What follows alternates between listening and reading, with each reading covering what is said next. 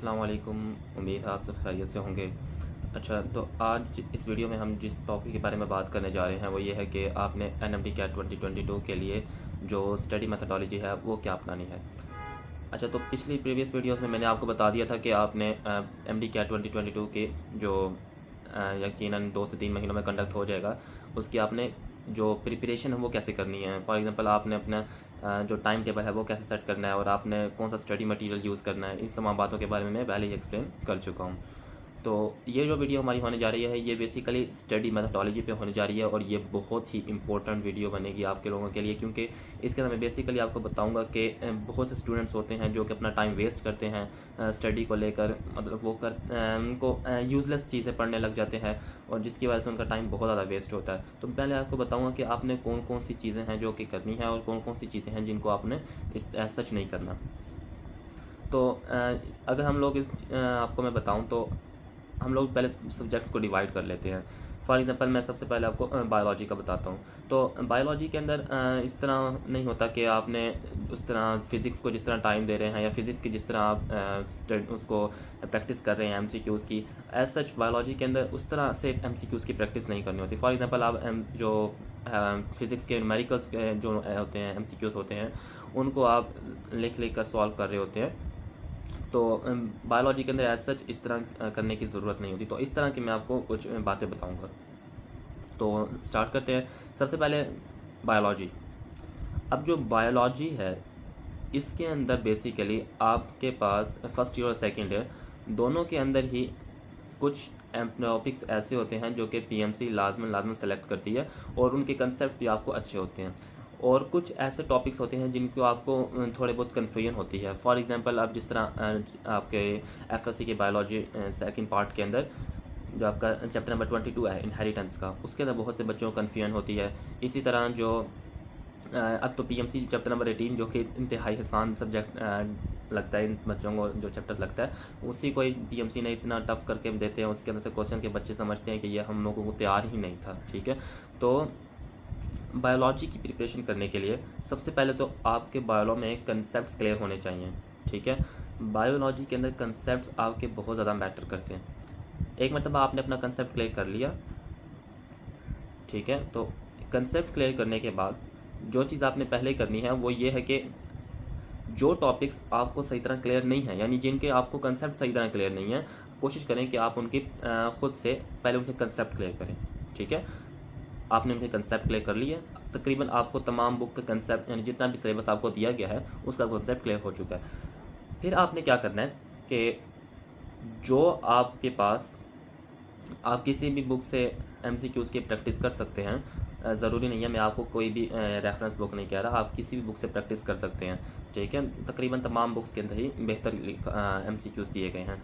तो आप कोई भी एक बुक सेलेक्ट करें, उसके अंदर से वो एमसीक्यूज़ जो कि या जो टॉपिक आपने तैयार कर लिया है, और ये काम रोज़ का रोज़ करने वाला है। ऐसा नहीं कि आपने आखिर में आके करना, नहीं, आपने रोज़ के रोज़, ठीक है, आप अगर किसी एकेडमी को आपने ज्वाइन किया हुआ है तो आपको वहाँ पर भी एमसीक्यूज़ की प्रैक्टिस करवाई जाती है। लेकिन जो मेरा ये ख्याल है कि स्टूडेंट को, क्योंकि मैंने खुद भी ना सिर्फ एकेडमी वालों पर रहा बल्कि मैं खुद भी मैक्सिमम एमसीक्यूज़ की प्रैक्टिस करना चाहता था, तो मेरी कोशिश यही होती थी कि ना मैक्सिमम एमसीक्यूज़ की प्रैक्टिस की जाए, क्योंकि जो आप जितनी ज़्यादा प्रैक्टिस करेंगे उतना ही ज़्यादा एमडी कैट के अंदर आप आगे निकल सकते हैं। अच्छा, एक बात और है कि ना कुछ बच्चे ऐसा करते हैं कि वो बायोलॉजी को ना जिस तरह उन्होंने एफएससी में रट्टा लगाया होता है उसी तरह लेकर चलते हैं, हालांकि ऐसा बिल्कुल नहीं करना होता।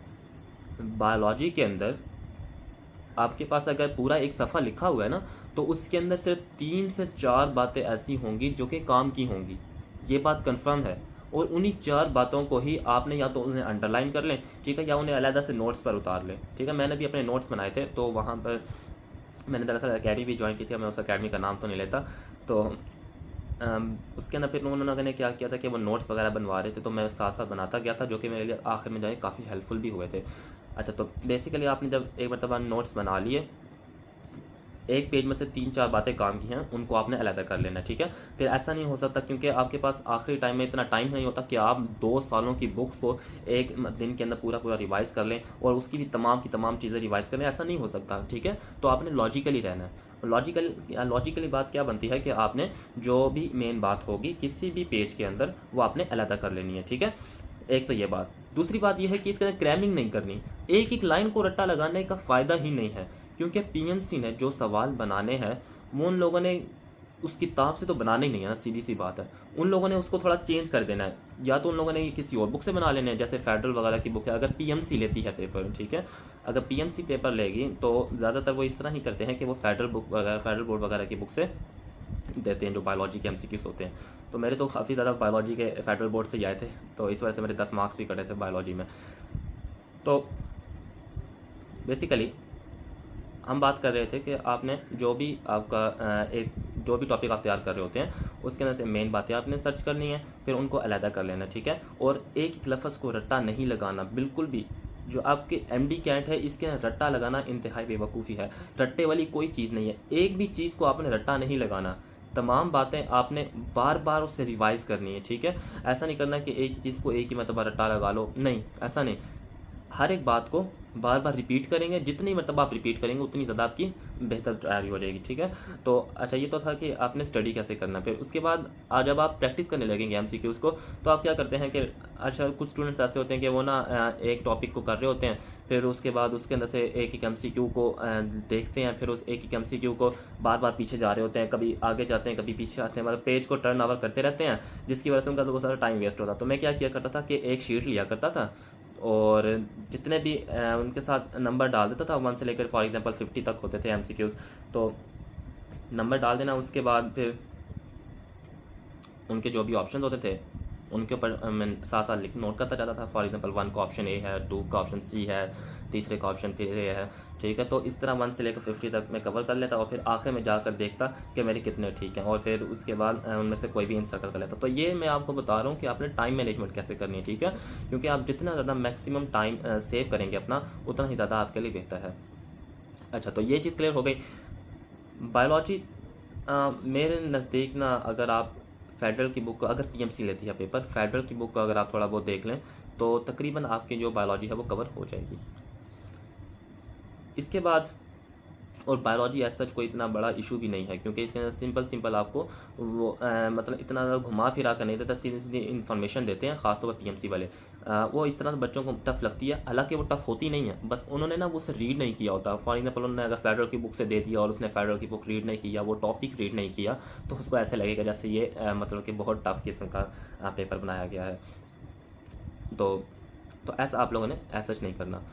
आप लोगों ने बायोलॉजी की तैयारी को क्रैमिंग में नहीं लेकर जाना, सिर्फ मेन बातें आपने नोट करनी है, और प्लस आपने कोशिश करना कि अगर पीएमसी टेस्ट लेगी तो फेडरल के बोर्ड की बुक को भी एक मरतबा नज़र डाल लो, क्योंकि फेडरल की बुक में से वो बहुत ज़्यादा सिलेबस उठाते हैं। मैं तो तकरीबन 50% से 60% ही फेडरल की बुक से था बायोलॉजी का। अब बायोलॉजी इतना कोई ज़्यादा, हालांकि इसके एमसीक्यू ज़्यादा हैं, लेकिन क्योंकि इसके जो वर्डिंग होती है, ज़्यादातर स्टूडेंट ना इस तरह करते हैं कि वो अच्छा, एक और बात, आपने जो भी आप पीएमसी की तैयारी कर रहे हो ना, ये सिर्फ़ और सिर्फ जो आपकी टेक्स्ट बुक होती है उसमें से तैयार करना होता है। ऐसा नहीं करना कि आपने क्या नाम है,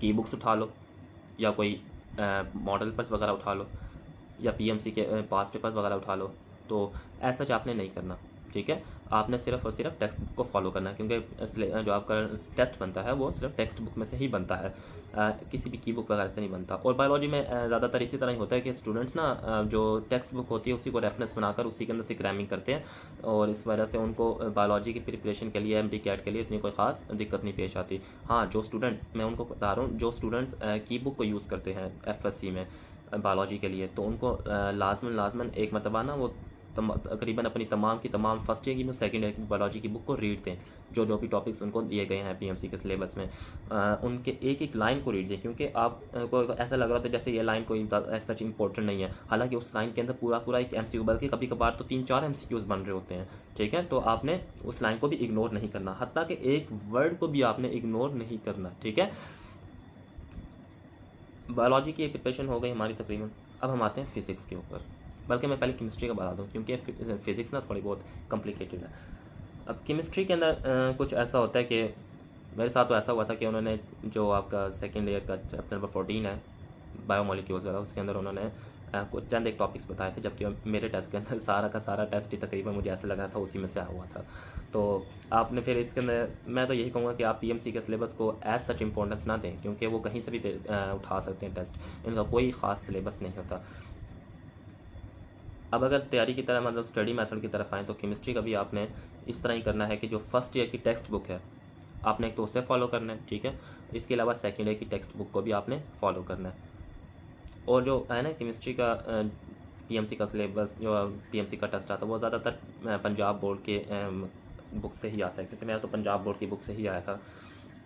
और मैंने अपने फ्रेंड्स वगैरह से पूछा तो वो भी कह रहे थे कि इजी ही था, पंजाब बोर्ड से ही आया हुआ था। तो इस तरह आपने केमिस्ट्री का आपने पंजाब बोर्ड से ही ज़्यादातर प्रिपरेशन करनी है। बायोलॉजी की ज़्यादा कोशिश करनी है कि फेडरल बोर्ड से भी देखें लाजमी। अब हमारे पास केमिस्ट्री की हमने फर्स्ट ईयर की टेक्स्ट बुक को अच्छी तरह देख लिया, जो भी टॉपिक्स उसके दिए गए हैं। सेकंड ईयर की बुक अच्छी तरह देख लें, जो भी उसके टॉपिक्स दिए गए हैं। अच्छा, अब केमिस्ट्री के अंदर ना कुछ एक न्यूमेरिकल्स भी आते हैं, ठीक है। केमिस्ट्री के अंदर चंद एक न्यूमेरिकल्स भी अगर आपके टॉपिक के अंदर या आपके सिलेबस पीएमसी के सिलेबस में वो टॉपिक्स मौजूद हैं तो उसके अंदर से लाजमी न्यूमेरिकल आएगा। तो आपने न्यूमेरिकल के लिए ना इसी तरह ही जिस तरह आपने कोई भी अगर रेफरेंस बुक बनाई हुई है अपनी एमसीक्यूज़ की प्रिपरेशन के लिए, आप उसके अंदर जिस तरह मैंने आपको बताया कि एक सफ़ा लें, उसके बाद 1 से लेकर 50 तक फॉर एग्जाम्पल एमसीक्यूज़ हैं तो उन्हें लिख लें और फिर उसके साथ उसके आगे ऑप्शन डालते जाएँ। ऐसा ना करें कि एक ऑप्शन देखा फिर उसके पीछे गए, फिर एक ऑप्शन देखा फिर उस पर टर्न किया, फिर एक ऑप्शन देखा फिर एक पर टर्न किया। ऐसा आपका बहुत टाइम वेस्ट होगा। अगर आपने 1 घंटे में 30 एमसीक्यूज़ या फॉर एग्जांपल 40 एमसीक्यूज़ कर सकते हैं तो वो आप 1 घंटे में 20 एमसीक्यूज़ तक आ सकते हैं, यानी कि इतना ज़्यादा आपका जो एवरेज आपकी जो पावर है वो ड्रॉप कर सकती है। तो आपने ऐसा नहीं करना, ठीक है।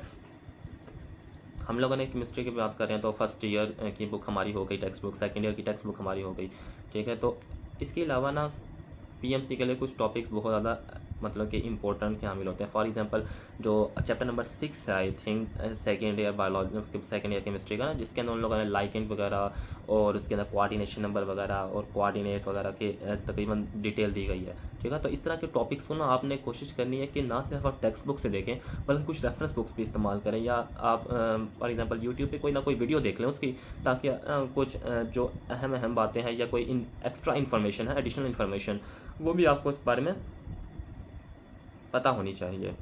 कहीं ऐसा ना हो कि वो टॉपिक वही हो तो उसके अंदर से वो कोई और सवाल, फॉर एग्जांपल मेरी मर्तबा कोई ऐसे उन लोगों ने आगे पीछे करके दिए हुए थे सवाल जिस पर मैं कंफ्यूज हो गया था थोड़ा बहुत, लेकिन अल्लाह ताला ने मदद की तो तकरीबन हमने उसको कर ही लिया था। तो आपने ऐसे डर भी नहीं जाना, ठीक है। बस आपने मैक्सिमम अपनी इन्फॉर्मेशन रखनी है। ऐसा नहीं करना कि सिर्फ टेक्स्ट बुक तक ही महदूद रखो अपने आप को उन टॉपिक्स के लिए जो कि पीएमसी के ज़्यादा इंपॉर्टेंट है। आप अपने किसी भी रिलेटिव वगैरह से या किसी भी फ्रेंड वगैरह से जिसने एमडी कैट का टेस्ट दिया उससे पूछ सकते हैं कि कौन किन किन टॉपिक्स में से पीएमसी ने ज़्यादा पूछा है, ठीक है। अब केमिस्ट्री के लिए मैंने आपको प्रिपरेशन ही बता दी और ये भी बता दिया कि आपने कहाँ कहाँ से तैयारी करनी है। अब आते हैं फ़िज़िक्स पर। अब बहुत सारे स्टूडेंट्स को ना फ़िज़िक्स ही सबसे ज़्यादा मुश्किल लगती है, ठीक है। और मेरे फिज़िक्स में सिर्फ 6 एमसीक्यूज़ कटे थे नंबर, हालांकि पीएमसी वाला ने बहुत ही ज़्यादा मतलब कि आउट ऑफ सिलेबस दिया हुआ था, लेकिन मेरे सिर्फ 6 मार्क्स थे। क्योंकि एक तो आपने ना फिज़िक्स में इंटरेस्ट डेवलप करना है, ऐसा नहीं करना कि यार ये तो बहुत ही मुश्किल है या मुझे समझ नहीं आ रहा, ठीक है। बहुत से बच्चे ऐसे होते हैं कि ना वो क्या करते हैं कि अच्छा आप ख़ासतौर पर जब अकेडमीज़ वगैरह में जाते हैं तो वहाँ पे ना आपको एमसीक्यूज़ की प्रैक्टिस करवाई जाती है। तो बच्चे वहाँ पे क्या करते हैं कि ना जो भी वो एमसीक्यूज़ कर रहे होते हैं ना वो कहते हैं कि इसी पे हमारा जीना मरना है, यानी कि उन्होंने उस एमसीक्यू को करके ही रहना है। अगर वो नहीं कर सकते तो इसका मतलब यह है कि उन्हें टॉपिक तैयार नहीं है, ठीक है। हाँ, ऐसा हो सकता है कि उन्हें टॉपिक तैयार ना हो, लेकिन मैं क्या किया करता था, मैं ये करता था कि जो भी वो एमसीक्यूज़ देते थे ना मैं उसको अपने जहन में बिठा लेता था कि ये तो एक नया तरीका है यार, ये तो बड़ी कमाल की बात है, मतलब आपको एक नया तरीका पता चल रहा है इस एमसीक्यू को सॉल्व करने के लिए। तो मैं तो ये कहता था कि मेरे तकरीबन जो एकेडमी वगैरह टेस्ट लेते थे सारे एमसीक्यूज़ गलत हों, ताकि मुझे हर बार एक नया तरीका पता चले, ठीक है। तो आपने भी पैनिक नहीं हो जाना अगर आपके तमाम के तमाम एमसीक्यूज़ भी गलत है एकेडमीज़ वगैरह के टेस्ट में, ठीक है। आपने क्या करना है कि मैक्सिमम प्रैक्टिस करनी है, ठीक है। और फिज़िक्स के अंदर तो मैक्सिमम प्रैक्टिस ही है, ठीक है ना। और इसके अलावा ना कुछ बच्चे ऐसे करते हैं की बुक्स वगैरह भी इस्तेमाल करते हैं फिज़िक्स के लिए, तो मैं उन्हें कहूँगा कि ठीक है अगर आप करना चाहते हैं तो कर लें, लेकिन मैं उन्हें रिकमेंड नहीं करूँगा कि वो की बुक्स वगैरह इस्तेमाल करें। और इसके अलावा फिर आपने अगर की बुक्स नहीं इस्तेमाल करनी फिर क्या इस्तेमाल करना है, फिर आप ना टेक्स्ट बुक इस्तेमाल करें। फॉर एग्जांपल अगर आपकी फर्स्ट ईयर की टेक्स्ट बुक है तो उसके अंदर ना एक तो उन लोगों ने डेरिवेशन दी होती है, डेरिवेशन वगैरह को रट्टा नहीं लगाना, आपको सिर्फ और सिर्फ फार्मूला आना चाहिए, ठीक है। डेरिवेशन का कोई फ़ायदा नहीं है। हालांकि मैंने देखा है कि फर्स्ट ईयर में भी और सेकेंड ईयर में भी ना काफ़ी ज़्यादा आपको डेरिवेशन वगैरह करवाई गई हैं, तो उसका कोई फ़ायदा नहीं है। टेक्स्ट बुक की जो वर्डिंग लिखी गई है ना, जो मेन वर्डिंग है, फॉर एग्जांपल है ना, ऐसा होता है कि टॉपिक के स्टार्ट में या तो थोड़ी बहुत वर्डिंग लिखते हैं या टॉपिक के एंड में वर्डिंग लिखते हैं। फॉर एग्जांपल अगर मेरे पास एक टॉपिक है कि motion of a particle, charge particle moving in the magnetic field, तो उसके अंदर ना फर्स्ट सेकंड ईयर के अंदर है ये, तो उसके अंदर वो स्टार्ट में एक ना एक टॉपिक देते हैं, मतलब एक ना एक पैराग्राफ के अंदर लोगों ने कोई ना कोई खास बात लिखी होती है और एक एंड में कोई ना कोई खास बात लिखी होती है। तो आपने स्टार्टिंग और एंडिंग जो भी पैराग्राफ दिया गया उसको अच्छी तरह देख लेना है। प्लस आपको उस टॉपिक का मेन फार्मूला आना चाहिए, ठीक है, और ये पता होना चाहिए कि फार्मूला हमने डिराइव ही क्यों किया। फॉर एग्जाम्पल अगर आप कह रहे हैं ना कि motion of a charge particle moving in a magnetic field, तो आपको ये पता होना चाहिए कि जो फार्मूला है F is equal to QmV/r, तो ये आपको ये पता होना चाहिए कि ये जो आपने फार्मूला यूज़ किया है, तो अभी फॉर एग्जांपल आपके पास फार्मूला आता है F is equal to Q0E, ठीक है, तो ये इलेक्ट्रिक फील्ड के लिए फार्मूला है। इस तरह अगर आपने मतलब इलेक्ट्रिक फील्ड के लिए जो कांस्टेंट फील्ड होती है उसके लिए, और इसके अलावा अगर चेंजिंग फील्ड है तो उसके लिए दूसरा फार्मूला इस्तेमाल होता है। तो ये चीज़ आपको पता होनी चाहिए कि किस जगह पे कौन सा फार्मूला आपने यूज़ करना है। इसके अलावा बाकी फ़िज़िक्स के अंदर ना तकरीबन सारी एक तो प्रैक्टिस है, प्लस आपको फार्मूलाज आने चाहिए और ये पता होना चाहिए कि फार्मूला कहाँ पर लगता है। आपका तकरीबन फिज़िक्स का PMC का टेस्ट सॉल्व हो जाएगा। मैंने खुद भी इस तरह तैयारी की थी, ठीक है, और मेरे से 6 मार्क्स कटे थे फिज़िक्स में, और वैसे हैं तो ज़्यादा, लेकिन जिस तरह PMC में मार्क्स आए थे ना और जिस तरह का उन्होंने टेस्ट बनाया था, तो अगर आपके इतने भी कट जाए ना तो आप समझें कि आप मतलब कि बहुत ही आला मार्क लगा आए हैं, ठीक है। तो फिज़िक्स के अंदर ठीक है, आपको एक तो MCQs आने चाहिए, जो आपके फार्मूलाज वगैरह वो आने चाहिए कुछ ना। फिर PMC वगैरह उन्होंने क्या किया कि वो ना मज़ीद उसके फार्मूले से आगे लेकर जाते हैं, और एकेडमीज़ वगैरह में भी आपको करवाया जाता है। फॉर एग्जांपल अगर आपके पास जैसे साइन थीटा और कॉस थीटा वगैरह के रिलेशंस का ना आपको FSC में इतना ज़्यादा नहीं पढ़ाया जाता, लेकिन MD कैट के अंदर इसको बहुत ज़्यादा पढ़ाया जाता है, ठीक है। तो आपने इस चीज़ को देख लेना है मतलब, क्योंकि ये आपके लिए काफ़ी इन्फॉर्मेटिव होगी। और इसमें से कभी कभार अगर ये डायरेक्टली ना दिया जाए तो इनडायरेक्टली वो पूछ लेते हैं कोई ना कोई इसके बारे में ना MCQ के, अगर कोई चार्ज पार्टिकल है वो perpendicular to the field move कर रहा है तो उसकी डायरेक्शन क्या होगी, या अगर उसकी आपको ये रूल्स वगैरह कुछ आने चाहिए, ठीक है। तो इस तरह की बेसिक चीज़ें आपको पता होनी चाहिए। तो हम बात कर रहे थे कि फ़िज़िक्स के अंदर ये चीज़ें हो गई, ठीक है। तो मैक्सिमम MCQs की प्रैक्टिस होनी चाहिए। अच्छा, मैं आपको ये मशवरा दूंगा कि आप अगर एक तरफ फिज़िक्स को रखें, दूसरी तरफ केमिस्ट्री और बायोलॉजी को रखें MCQs के प्रैक्टिस के लिए, क्योंकि फ़िज़िक्स के अंदर ज़्यादातर आपको दिया जाते हैं न्यूमेरिकल्स। कुछ बच्चों की ना अगर PMC आकर टेस्ट कंडक्ट करवाएगी, विद फ़िलहाल तो कंफर्म आई थिंक नहीं है, लेकिन अगर PMC अगर टेस्ट कंफर्म कंडक्ट करवाती है तो वो क्या करती है कि कुछ बच्चों को बहुत ज़्यादा न्यूमेरिकल्स दे देती है, कुछ बच्चों को न्यूमेरिकल्स आते ही नहीं है। मतलब मेरे पास भी इतने ख़ास मेरे दरमियान MCQs आए थे, ना ज़्यादा बहुत ही ज़्यादा थे ना बहुत ही ज़्यादा कम थे, मिडल लेवल के थे। लेकिन मेरे कुछ स्टूडेंट्स थे वो कह रहे थे हमारे पास सारे न्यूमेरिकल्स आए थे, कुछ कहते हैं हमारे पास न्यूमेरिकल आए ही नहीं, ठीक है। तो ये डिपेंड करता है फिर आपकी किस्मत पर, क्योंकि अगर PMC टेस्ट कंडक्ट करवाए ना तो आपको दवा से ज़्यादा दुआ की ज़रूरत होती है। तो आपने फिर क्या करना है कि मैक्सिमम प्रैक्टिस, फिज़िक्स के अंदर मैक्सिमम प्रैक्टिस, जहाँ से भी आपको कोई ना कोई MCQ मिले, और जब उस MCQ करते हैं ना और अगर आपसे नहीं होता तो आपने ये भी देखना कि मुझसे क्यों नहीं हुआ, मैं उस पॉइंट तक क्यों नहीं पहुंच सका, या मैं कौन सा पॉइंट दरमियान से मिस कर रहा था जो मैं उस पीक तक नहीं पहुंच सका, ठीक है। तो आपने इस तरह भी अपने आप को प्रिपेयर करना है। ऐसा नहीं कि एक मतलब एक MCQ कर लिया और उसका आंसर सही आया तो सही आया, नहीं सही आया तो बस जाने दो, ऐसा नहीं करना।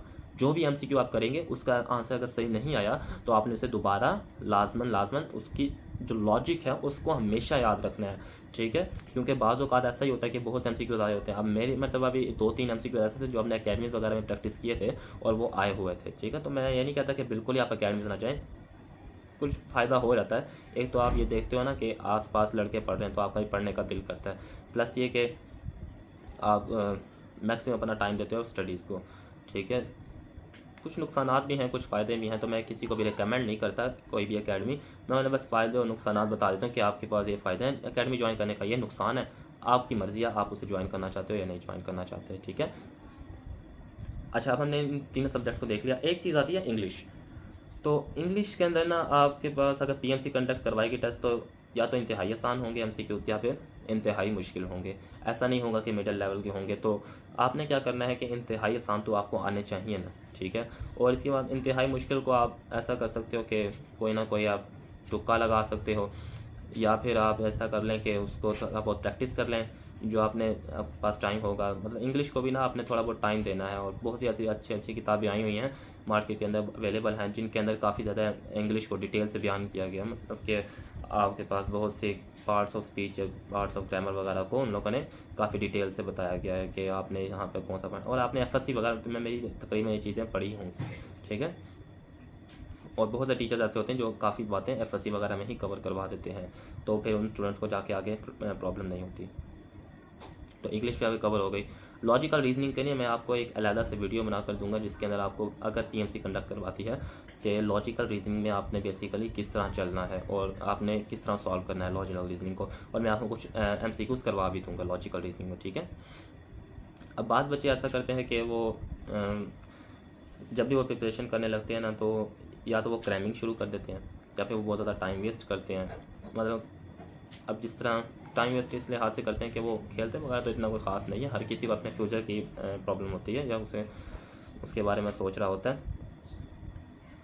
प्रॉब्लम यहाँ पर आती है कि स्टूडेंट्स को पता ही नहीं होता हमने तैयार क्या करना है। एकेडमी में वो जाते हैं, उनको यूज़लेस चीज़ों पर लगा दिया जाता है। कहते हैं कि ये नोट्स ख़रीद लें और ये नोट्स ख़रीद लें और ये नोट्स ख़रीद लें, ठीक है। तो आपने क्या करना है कि मैक्सिमम चीज़ें आपको आनी तो चाहिए, लेकिन इतना होना चाहिए कि आप ना जो भी चीज़ तैयार कर रहे हो ना, उसके बाद आप दोबारा ना देखो उसे। मतलब आप अगर उस चीज़ को देखते हो ना, तो आपकी मेमोरी इतनी फास्ट कर लो, इतनी पावरफुल कर लो कि आप दोबारा उस चीज़ को ना देखो, दोबारा आप कोई ना कोई नई चीज़ देखो, ठीक है।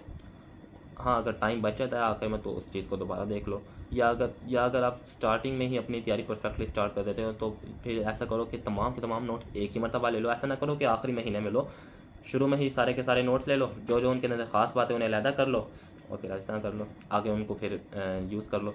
क्योंकि बहुत सी अकेडमीज़ वगैरह में यूज़लेस नोट्स लगवाए जाते हैं और फिर स्टूडेंट्स उन्हीं की तैयारी में लग जाते हैं, और फिर आखिर में जाकर उन्हें पता चलता है कि इसमें से तो कुछ आया ही नहीं। क्योंकि हमारे साथ खुद भी ऐसा हुआ था कि बहुत सी हमारी अकेडमी में तकरीबन 90% जो तैयारी करवाई गई थी ना, उसमें से कुछ भी नहीं आया था, 10% ही। क्योंकि आपको अकेडमीज़ वाले वो बात करवाते हैं, वो चीज़ें आपको तैयार करवाते हैं जो कि पहले एग्ज़ाम में आ चुकी होती हैं, ना कि वो चीज़ें तैयार करवाते हैं जो कि आगे एग्ज़ाम में आनी है। और पीएमसी तकरीबन कोशिश करती है कि हर मरतबा एग्ज़ाम का जो सिनेरियो है वो चेंज किया जाए, और तकरीबन 90% तो वो जो है ना उनके क्वेश्चन बैंक होता है उसको एलिमिनेट कर देती है। तो 10% ही क्वेश्चन बैंक रह जाता है, जो कि आपको काफ़ी नहीं होगा आगे निकलवाने के लिए। तो आपने कोशिश करनी है, मैक्सिमम एफर्ट होनी चाहिए कि मैक्सिमम इन्फॉर्मेशन आपके पास आए, मैक्सिमम इन्फॉर्मेशन के साथ साथ ट्रू इन्फॉर्मेशन और यूज़फुल इन्फॉर्मेशन आपके पास आए। ऐसा नहीं करना कि आप यूज़लेस इन्फॉर्मेशन की तरफ चले जाएँ, ठीक है। और बाज़ औक़ात ऐसा होता है कि ना स्टूडेंट्स, ठीक है, वो कहते हैं कि हम लोग तैयारी कर रहे हैं, लेकिन बहुत से स्टूडेंट्स ऐसे होते हैं वो कहते हैं कि इसमें तो हम कर ही नहीं सकते, इस वजह से वो तैयारी छोड़ दें। तो ऐसा भी नहीं करना, आपने तैयारी भी साथ साथ जारी रखनी है, ठीक है, और मैक्सिमम एफर्ट करनी है। ऐसा नहीं करना कि चलो बाद में कर लेंगे, या रोज़ का काम रोज़ फुल आपने कवानीन का पाबंद होना है इन 3 महीने। जो इन 3 महीनों में फुल कवानीन का पाबंद होगा, प्लस आपने दीन को भी नहीं छोड़ना, ये बात ध्यान में रखें। अगर आप नमाज के ऊपर चलेंगे, ठीक है, हो सकता है कि गैर मुस्लिम भी अपनी दुआओं पे, मतलब अपने आप जो भी उनके जिस रिलीजन से भी बिलोंग करते हैं वो भी अपने ऊपर वाले से मांगे। हम आप लोगों को भी, मुसलमानों को भी अल्लाह ताला पर यकीन होना चाहिए कि निकलवाने वाली ज़ात अल्लाह ताला ही की है, ठीक है। हो सकता है कि अल्लाह ताला आपको बेहतर टेस्ट दे दे, दूसरे वाले को बेहतर टेस्ट ना दे, या हो सकता है कि अल्लाह ताला आपको सख्त टेस्ट दे दे, ठीक है। तो मांगना आपने अल्लाह ताला से ही है, ठीक है। तो वही बात आ रही है कि आपको दवा से ज़्यादा दुआ की ज़रूरत है। तो होप सो को आपको वीडियो पसंद आई होगी। अगर आपको किसी भी किस्म के नोट्स वगैरह चाहिए तो आप उसके लिए मुझसे कांटेक्ट कर सकते हैं। मज़ीद ये कि अगर आपको वीडियो पसंद आई हो तो इस चैनल को सब्सक्राइब कर दें, ताकि मुझे भी थोड़ी हौसला अफजाई मिले, ठीक है। तो मज़ीद मैं आपको वीडियोस बनाता रहूँगा इंशाल्लाह। आपका MD CAT 2022 क्लियर करवा के है इंशाल्लाह रहेंगे। तो मुझे दीजिए नेक्स्ट वीडियो तक के लिए।